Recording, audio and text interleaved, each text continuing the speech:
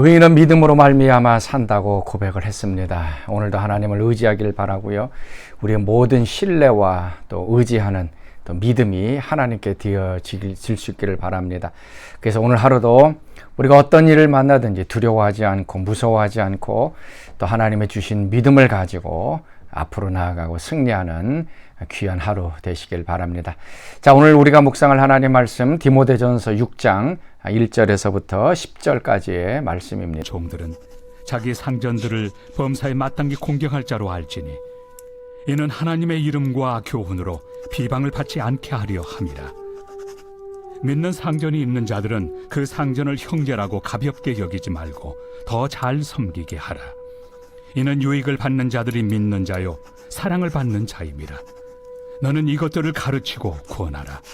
누구든지 다른 교훈을 하며 바른 말 곧 우리 주 예수 그리스도의 말씀과 경건에 관한 교훈을 따르지 아니하면 그는 교만하여 아무것도 알지 못하고 변론과 언쟁을 좋아하는 자니 이로써 투기와 분쟁과 비방과 악한 생각이 나며 마음이 부패하여지고 진리를 잃어버려 경건을 이익의 방도로 생각하는 자들의 다툼이 일어나느니라. 그러나 자족하는 마음이 있으면 경건은 큰 이익이 되느니라. 우리가 세상에 아무것도 가지고 온 것이 없으며 또한 아무것도 가지고 가지 못하리니 우리가 먹을 것과 입을 것이 있은즉 족한 줄로 할 것이니라. 부하려 하는 자들은 시험과 올무와 여러 가지 어리석고 해로운 욕심에 떨어지나니 곧 사람으로 파멸과 멸망에 빠지게 하는 것이라. 돈을 사랑함이 일만 악의 뿌리가 되나니 이것을 탐내는 자들은 미혹을 받아 믿음에서 떠나 많은 근심으로써 자기를 찔렀도다. 오늘 말씀은 한 세 가지 정도로 이제 이야기를 하고 있습니다. 먼저는 우리가 직장 생활에서 믿는 형제들이 있다면 그 사람들을 어떻게 대우할 것인가라고 하는 문제고요.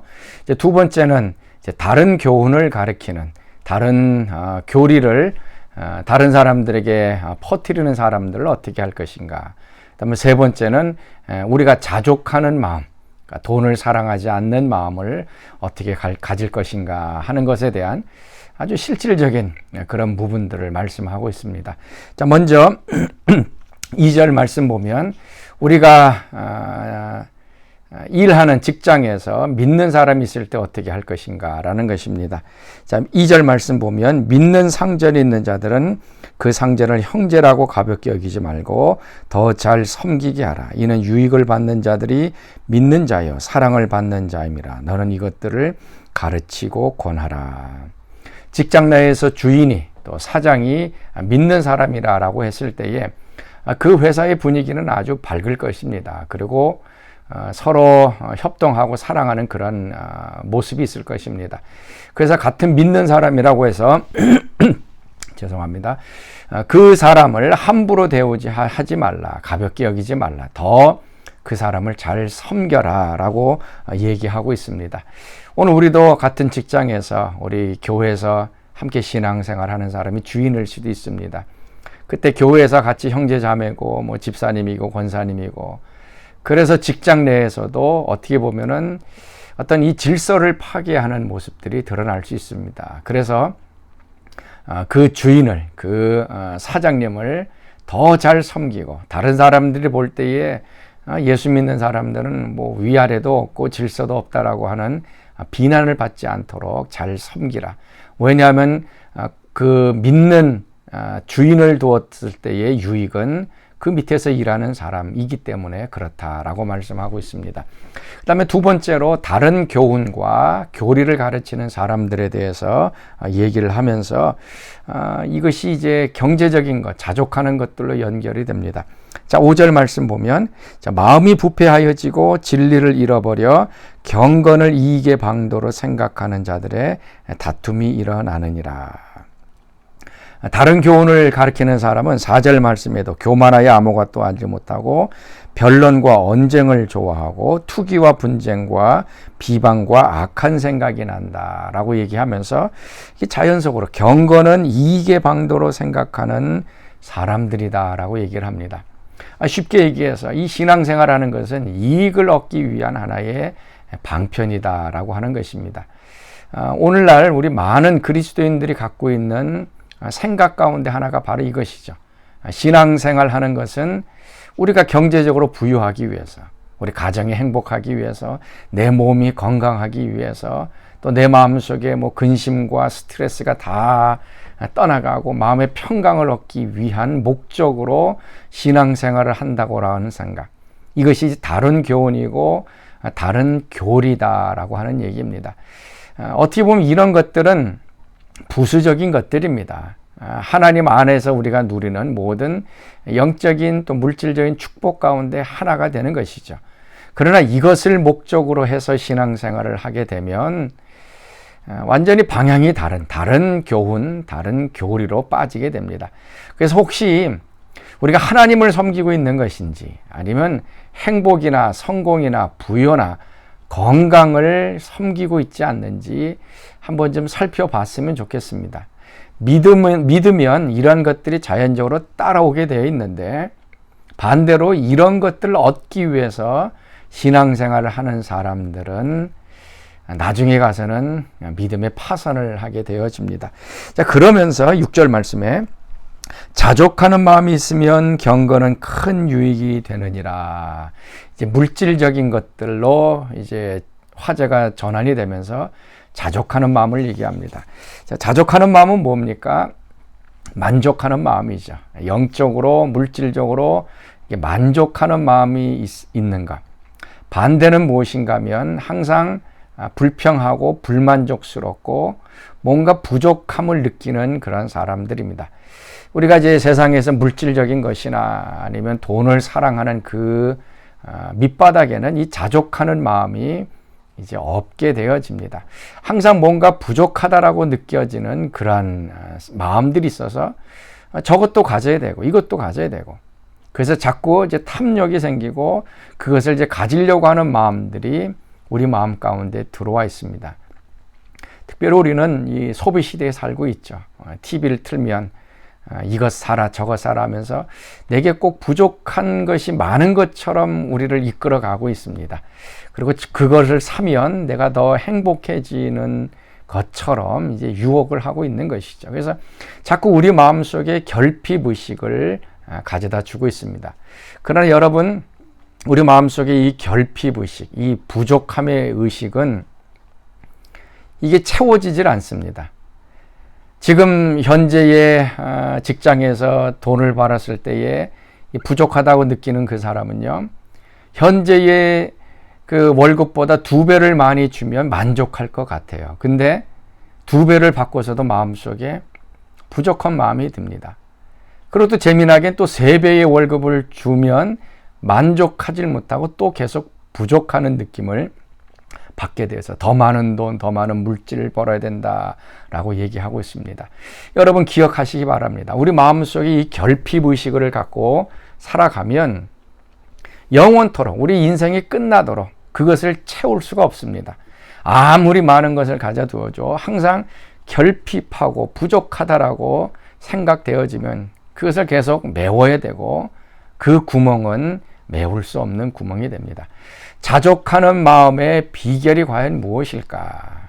여러분 무엇 같습니까? 오늘 우리가 일하면서 물질을, 돈을 이제 벌고 있는데요. 자, 그 돈을 내가 일해서 벌었느냐, 아니면 하나님이 주셨는가라고 하는 이 고백에 달려 있습니다. 세상 사람들, 하나님이 없는 사람들은 내가 일해서 내 손으로 내가 땀 흘리고 내가 노력해서 내가 벌었다라고 생각하고 있습니다. 하나님은 거기에 없습니다. 그래서 내가 모든 것들을 채워야 되고 내가 그것을 얻어야 된다라고 하는 자기중심적인 것들이 있습니다. 그런데 내가 일하고 내 직장이지만 하나님께서 나에게 그 직장을 주셨고 나에게 이 물질을 주셨다라고 고백하는 사람은 자기를 의지하지 않고요, 하나님을 의지하게 되죠. 하나님이 주셨다라고 생각하면 부족한 것이 있으면 하나님께 또 구하게 되고 하나님께서 채워주실 것을 믿는 믿음이 있게 되어지는 것입니다. 그래서 하나님이 내 삶 속에 함께 하실 때, 하나님이 나를 채우시고 인도하여 주신다는 것을 믿을 때에 우리 마음은 만족하게 되는 것입니다. 그래서 8절 말씀에 우리가 먹을 것과 입을 것이 있은즉 족한 줄로 알 것이라. 우리에게 일용할 양식이죠. 우리가 날마다 입고 먹을 수 있는 이 기본적인 것만 있으면 만족하다는 영적인 만족감. 하나님이 나에게 함께 하시고 하나님이 나와 함께 하면 나는 무엇이든지 할 수 있다. 하나님이 무엇이든지 채워줄 수 있다라고 하는 이 영적인 이 부요함, 이것이 있으면 우리는 이 세상에 부러울 것 없이 살아갈 수 있게 됩니다. 그런데 9절 말씀에 부하려고 하는 사람들은 시험과 올무와 여러 가지 어리석고 해로운 욕심에 떨어지나니 곧 그 사람으로 파멸과 멸망에 빠지게 된다. 여기 계속해서 반복되는 거죠. 긍정적인 단어는 하나도 없습니다. 기쁨이나 평강이나 이 만족함은 하나도 없습니다. 부하려고 하는 사람은 시험, 올무, 욕심, 파멸, 멸망에 빠진다. 그리고 10절 말씀, 돈을 사랑하며 일만한 게 뿌리가 되나니 이것을 탐하는 자들은 미혹을 받아 믿음에서 떠나 많은 근심으로써 자기를 찔렀도다.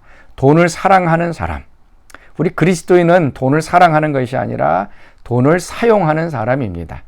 돈을 사랑하면 돈에 이끌려가게 되고 돈이 나를 지배하게 됩니다. 그러나 내가 주인이 돼서 돈을 사용하게 되고 하나님의 나라, 하나님의 목적을 위해서 그 돈을 쓰게 되면 내가 돈의 주인이 되게 됩니다. 그래서 우리는 하나님만 사랑하고요. 돈은 사용하는 것입니다. 근데 반대로 돈을 사랑하는 사람은 믿음에서 떠나게 되고요. 그 다음에 자기를 찔렀다라고 얘기합니다. 그것도 많은 근심을 가지고 자기를 찔렀다. 돈을 사랑하는 사람, 이 자기를 괴롭히는 것이죠. 그것이 자기를 편안하게 한다고 생각하는 것이 아니라 근심으로 자기를 찌르게 되어집니다. 자, 사랑하는 성도 여러분, 오늘 하루 하나님으로 만족해야 하고 하나님이 주시는 모든 것들로 좀 자족하는 그런 하루 되실 수 있기를 주의 이름으로 축원합니다. 자, 우리 같이 기도하겠습니다. 하나님, 오늘도 이 세상의 것들로 인하여 우리가 부족하지 않도록 하나님이 우리에게 들어오셔서 영적인 만족함을 가지고 영적인 부유함을 가지고 모든 결핍의식들을 이겨내는 저희들 되게 하옵소서. 돈을 사랑하지 않게 하시고 돈을 사랑함으로 믿음에서 떠나고 또 많은 근심이 우리를 찌르는 고통의 삶을 살지 않도록 오늘 일용할 양식에 만족하고 또 하나님께 우리의 모든 것들을 두며 영적인 부유함을 누리는 저희들 되게 하여 주옵소서. 이제는 우리 주 예수 그리스도의 은혜와 하나님의 그 크신 사랑하심과 성령의 교통과 기름 부으심이 오늘도 하나님으로 만족하기를 원하는 사랑하는 성도들 가운데 지금부터 영원토록 함께 하시기를 간절히 축원하옵나이다. 아멘.